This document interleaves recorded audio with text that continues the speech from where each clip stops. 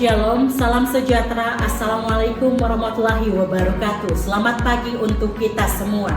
Perkenalkan, nama saya Rola Marlin Cesakan, MPD, dosen tetap pada Universitas Karya Dharma Kupang, Fakultas Keguruan dan Humaniora, Program Studi Pendidikan Guru Anak Usia Dini. Perkenalkan saya kali ini untuk menjelaskan mata kuliah metodologi pengembangan bahasa anak usia dini. Video ini dibuat untuk tujuan memenuhi salah satu persyaratan sertifikasi dosen tahun 2025, yaitu pernyataan diri dosen dalam unjuk kerja Tridharma Perguruan Tinggi atau PDD UKTPT, khususnya bidang pengajaran. Mata kuliah ini ditujukan untuk mahasiswa pendidikan guru anak usia dini semester 4 dengan kode mata kuliah PKUD 11334 berbobot 3 SKS. Perkuliahan pada mata kuliah ini diselenggarakan dalam 16 kali pertemuan tatap muka dengan rincian 14 kali pertemuan materi dan 2 kali untuk pertemuan masing-masing ujian tengah semester dan ujian akhir semester. Mata kuliah ini membahas secara komprehensif berbagai teori, prinsip, dan pendekatan yang digunakan dalam pengembangan kemampuan berbahasa anak usia dini. Mahasiswa akan mempelajari karakteristik perkembangan bahasa anak, prinsip-prinsip dasar metode pembelajaran bahasa, serta faktor internal dan eksternal yang mempengaruhi penguasaan bahasa. Selain itu, mahasiswa juga akan dilatih untuk merancang program pengembangan bahasa yang kreatif, menyusun media pembelajaran yang inovatif, serta mengembangkan strategi evaluasi yang tepat guna memantau perkembangan bahasa anak secara holistik. Melalui kombinasi antara teori dan praktik, mahasiswa diharapkan memiliki keterampilan pedagogis dan profesional dalam mengembangkan kemampuan berbahasa anak usia dini secara bertanggung jawab dan sesuai dengan konteks budaya serta kebutuhan perkembangan anak. Untuk capaian pembelajaran meliputi CPL 1, yaitu mahasiswa mampu menunjukkan sikap tanggung jawab atas pekerjaan bidang keahliannya secara mandiri. CPL 2, mahasiswa mampu menguasai teori dan pembelajaran PAUD serta pendekatan-pendekatan yang dapat mengoptimalkan potensi perkembangan anak usia dini. CPL 3, mahasiswa mampu menerapkan pemikiran logis, kritis, inovatif, bermutu, dan terstruktur dalam melakukan pekerjaan spesifik di bidang PAUD serta sesuai dengan standar kompetensi kerja bidang yang bersangkutan. CPL 4, mahasiswa mampu merancang metode pembelajaran bahasa yang inovatif dan kreatif untuk anak usia dini.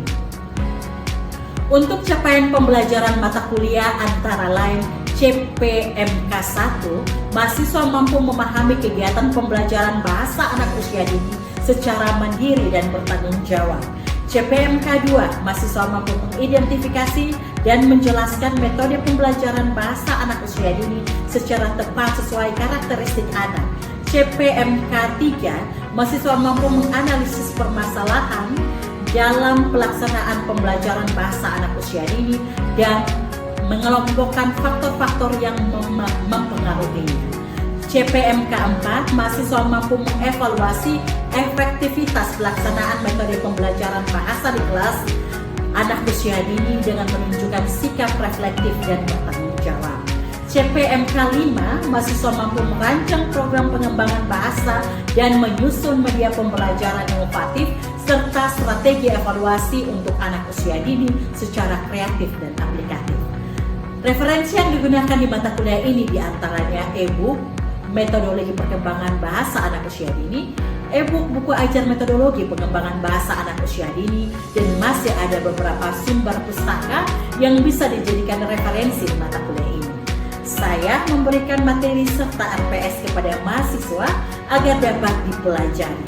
Materi yang saya sampaikan didukung oleh beberapa media pembelajaran berupa video, kuisis, interaksi, dan juga media gambar sebagai media pendukung.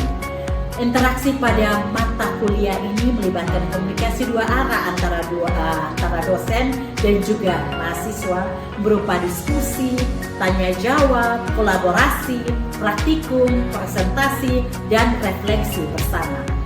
Asesmen ataupun sistem penilaian yang saya lakukan dalam mata kuliah ini mencakup asesmen formatif untuk penilaian proses yang dilakukan melalui kuis, tugas proyek individu dan kelompok, serta penilaian sikap dan keterampilan sesuai RPS. Selanjutnya, asesmen sumatif untuk penilaian akhir berupa UTS dan UAS. Model pembelajaran yang digunakan dalam mata kuliah ini adalah constructivism, cooperative learning, problem-based learning, dan simulasi. Dengan metode ceramah interaktif, diskusi studi kasus, simulasi, presentasi, penugasan tugas, dan juga observasi video. Baik, untuk tahapan berikutnya, mari kita simak video pembelajaran mata kuliah metodologi perkembangan bahasa anak usia dini.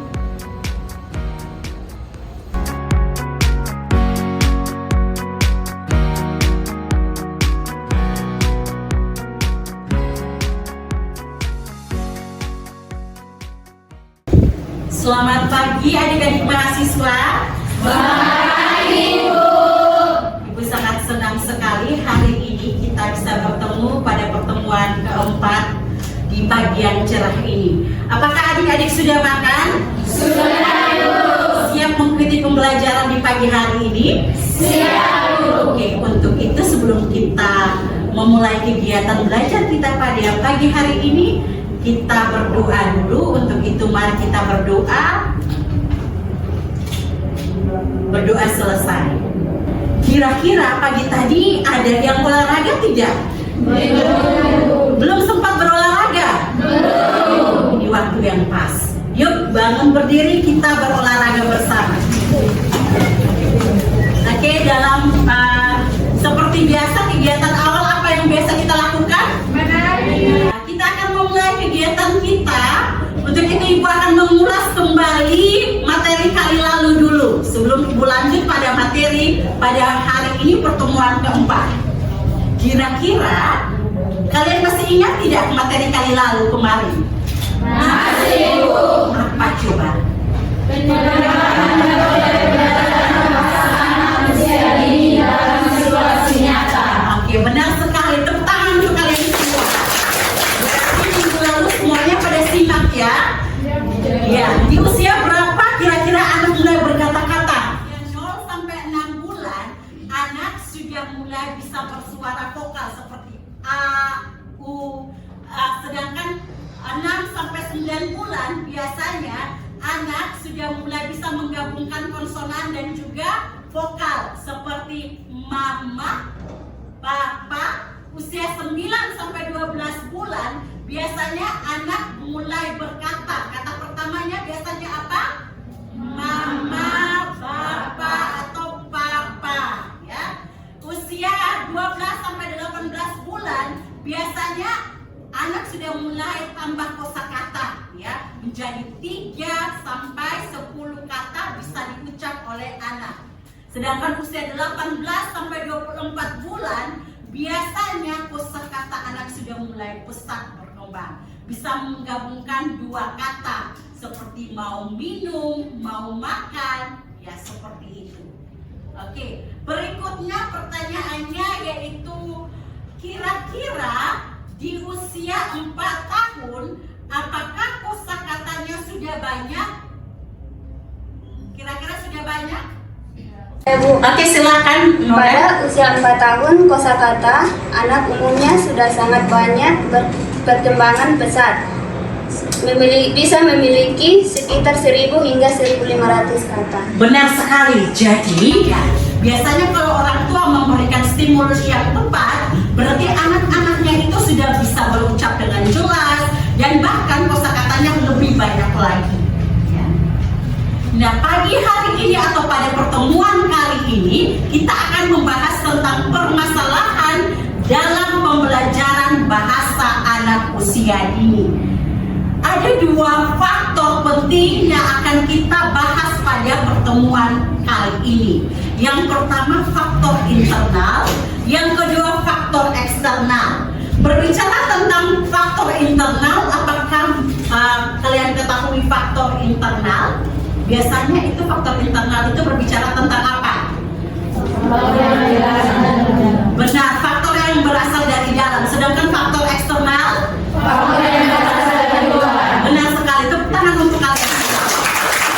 Jika kita berbicara tentang faktor internal, ada 3 hal penting yang kita akan bahas pada perkembangan anak usia dini. Yang pertama tentang perkembangan kognitif, motivasi belajar anak, dan juga dukungan orang tua.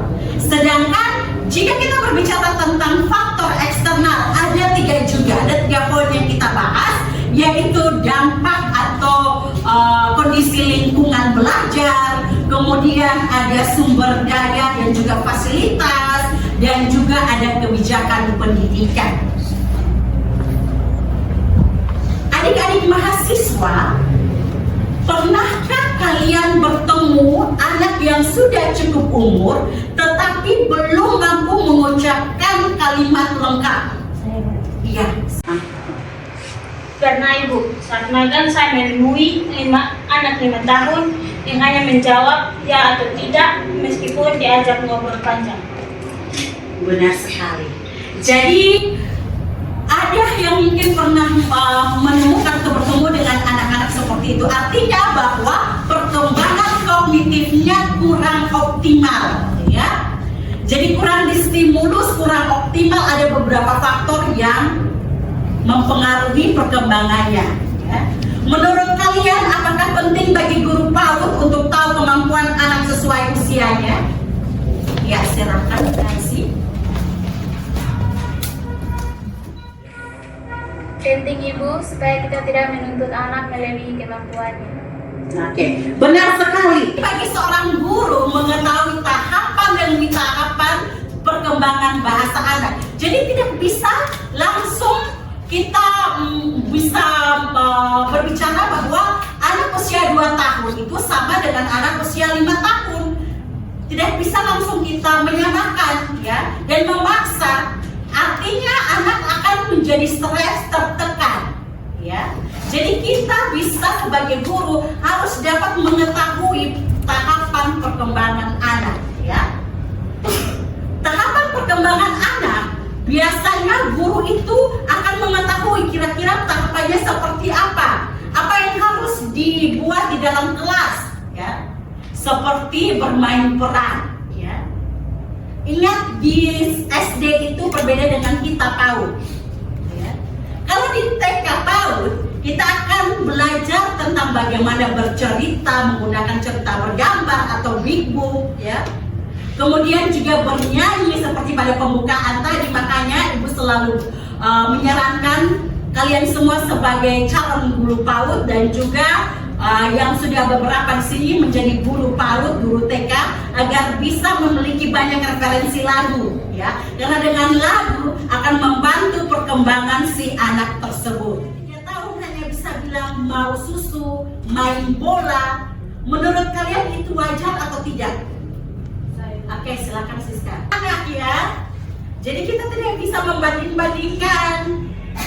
Seperti penjelasan Ibu tadi, tidak bisa 3 tahun dengan 5 tahun. Kok anak Ibu kurang vocabulary-nya atau kosakatanya, ya? Karena dia masih kecil, masih 3 tahun, ya. Apalagi guru tidak boleh membanding-bandingkan anak satu dengan anak yang lainnya. Tentu akan mempengaruhi akan mentalnya, ya. Anak jadi malu, ya. Anak kurang berani. Oke, berikutnya, kira-kira di usia 4 tahun ada anak yang belum bisa merangkai kalimat. Sebagai guru, apa yang harus kalian lakukan? Oke, silakan Mira. Lingkungan keluarga sangat mempengaruhi perkembangan bahasa Pino, Ibu. Karena di rumah ia jarang diajak berbicara dan lebih sering bermain gadget, maka stimulasi bahasa Pino sangat berkurang. Ya, benar sekali. Dan berikan tepuk tangan untuk. Jadi apa yang dijelaskan oleh Ira adalah hal yang fakta atau nyata terjadi. Jadi hal-hal yang bisa menstimulasi perkembangan bahasa, yaitu dengan cara bermain peran atau memutarkan lagu seperti penjelasan sebelumnya.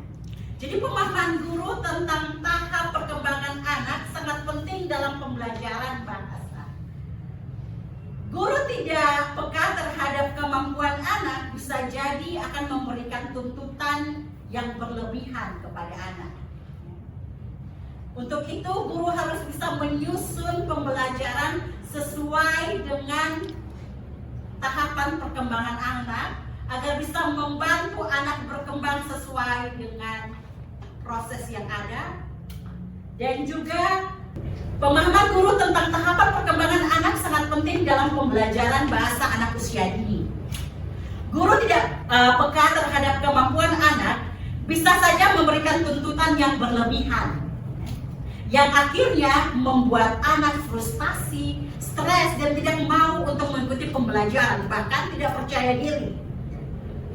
Sebaliknya, jika guru memahami tahapan tumbuh kembang anak, tentu ia dapat menyusun kegiatannya yang sesuai. Oke, kira-kira kalian pernah dengar perkembangan kognitif? Ya. Kalau pernah dengar, tolong beritahu ibu apa itu perkembangan kognitif atau kognitif itu sendiri. Silakan Suster Lena. Kemampuan berpikir anak. Jadi ketika kita berbicara tentang kognitif, berarti kita berbicara tentang cara anak berpikir atau kemampuan anak berpikir, memahami, mengingat, memutuskan sesuatu, memecahkan masalah, sesuatu yang berkaitan dengan kemampuan seseorang. Kemampuan untuk mengingat. Jadi kalau kita berbicara tentang perkembangan bahasa, kita akan mengingat akan teori dari Jean Piaget. Ya.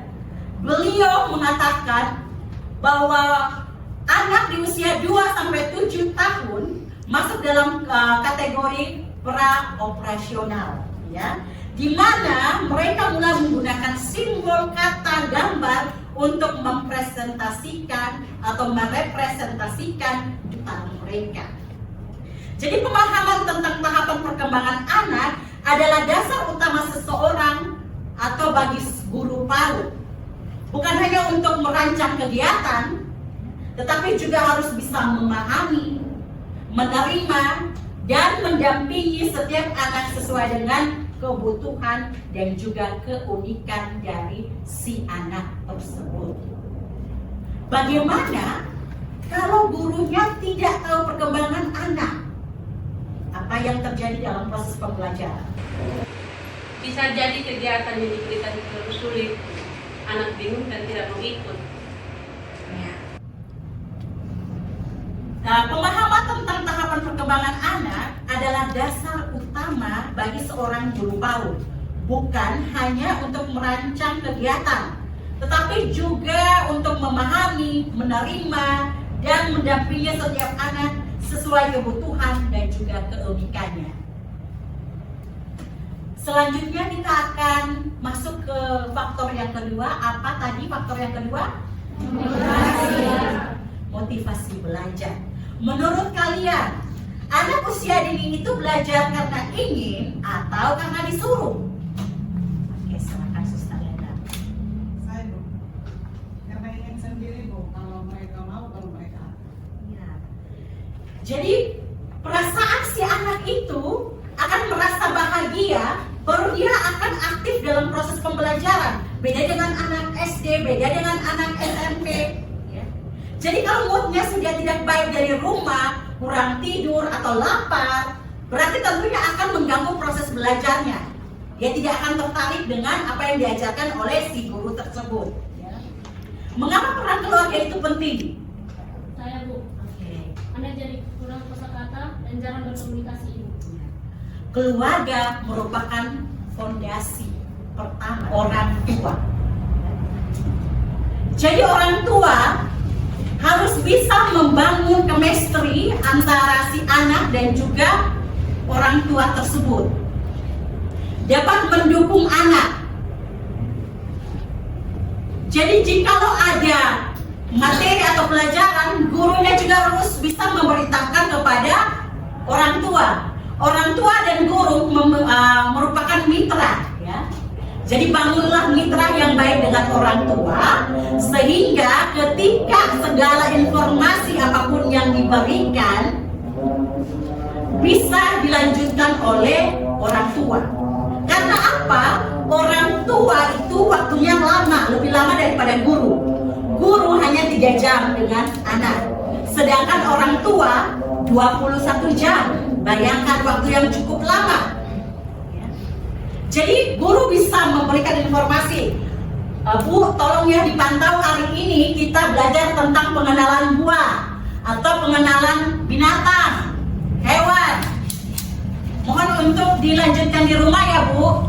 Ya. Jadi sebagai orang tua tidak dalam pembelajaran yang serius, tapi mungkin sebelum tidur atau sambil bermain dengan anak bisa bertanya, Kak, kira-kira Kak tahu tidak? Ini buah-buahan apa? Ya. Atau ini gambar binatang apa? Atau mencari tahu lagi kira-kira tadi kakak belajar apa di sekolah? Ya. Jadi kalau seperti kita membangun hubungan, artinya harus fokus, harus bisa orang tua memantau, mengontrol perkembangan anaknya. Bagaimana kalau orang tuanya jarang berbicara atau malah sibuk dengan ponselnya? Saya Ibu, Oke, silakan. karena keluarga adalah tempat belajar pertama anak. Kalau di rumah tidak mendukung, pembelajaran di sekolah juga kurang maksimal. Pada sekali, pendidik utama dan terutama bagi seorang anak adalah orang tua. Jadi kalau orang tua tidak memainkan peranannya, otomatis anaknya itu juga merasa bahwa dia tidak terlalu penting di dalam rumahnya. Orang tua harus bisa memberikan contoh. Anak adalah peniru yang ulung. Artinya setiap kata, bahasa, sikap akan dilihat dan juga akan diikuti oleh si anak tersebut. Anak sebenarnya adalah cerminan orang tua. Jadi jikalau orang tuanya bersikap kasar, tentu anaknya juga akan bertumbuh dengan kasar. Tetapi sebaliknya, ketika orang tuanya selalu bersikap dengan halus, ya, menegurnya juga dengan hal yang nadanya yang halus, anak tersebut akan bertumbuh dengan lebih baik lagi, bisa percaya dirinya lebih baik lagi, tidak merasa minder dan malu, dan juga berani di sekolah. Ya. Dan kita akan berdiskusi terkait dengan materi hari ini, dan ada cerita yang sudah Ibu buat dalam studi kasus. Ibu berharap kalian akan bisa membaca akan studi kasus tersebut, cerita tersebut, dan juga menjawab 3 pertanyaan. Ibu berikan waktu 5 menit, cukup 7 menit ya, Ibu tambahkan 2 menit, 7 menit untuk mengerjakannya sekarang. Bahkan membaca dulu beberapa, 1 paragraf saja ya. Jadi Ibu berharap kalian bisa mengerjakannya. Oke, waktu selesai kita akan masuk dalam presentasi studi kasus perorangan ya. Jadi Ibu akan meminta 3 orang sebagai perwakilan kalian, dan setelah itu studi kasus ini akan dikirimkan melalui email Ibu ya. Oke, silahkan pertanyaan pertama. Menurut kalian apa pengaruh lingkungan keluarga terhadap perkembangan bahasa Pino? Oke. Lingkungan keluarga sangat mempengaruhi perkembangan bahasa Pino, Ibu. Karena di rumah ia jarang diajak berbicara dan lebih sering bermain gadget, maka stimulasi bahasa Pino sangat berkurang. Ya, benar sekali. Dan berikan tepuk tangan untuk Ibu. Yang kedua, apa yang sebaiknya dilakukan Bu Rani sebagai guru PAUD dalam menghadapi kasus ini? Oke, silakan.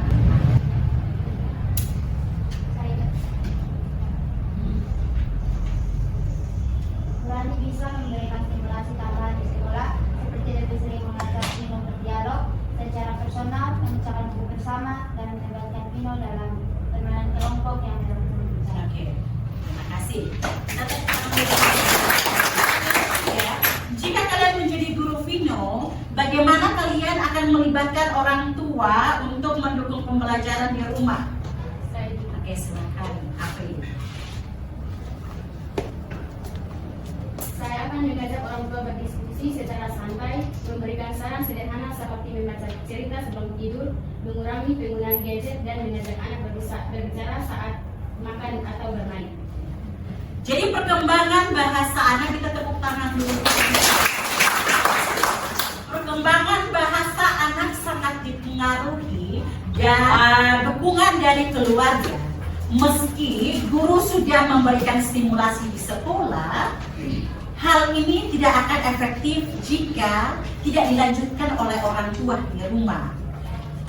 Orang tua harus mengajak anak untuk berkomunikasi agar si anak tidak fokus saat memegang gadgetnya selama berada di rumah, tetapi bisa mengakalinya dengan membaca dongeng, bermain peran, bernyanyi, bercerita pengalaman orang tua.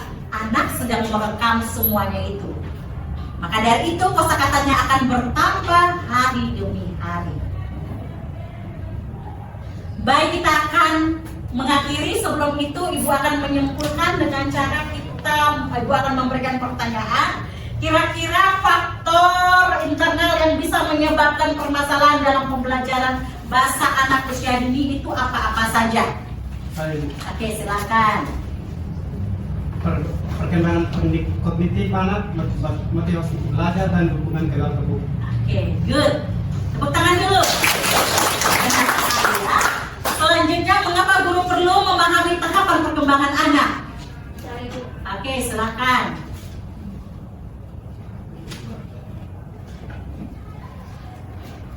Supaya guru bisa menyelesaikan kegiatan belajar dengan kemampuan anak ibu dan tidak menuntut berlebihan. Oke, Bunda. Bagaimana peran keluarga dalam mendukung pembelajaran bahasa anak di sekolah? Saya Bu, Oke.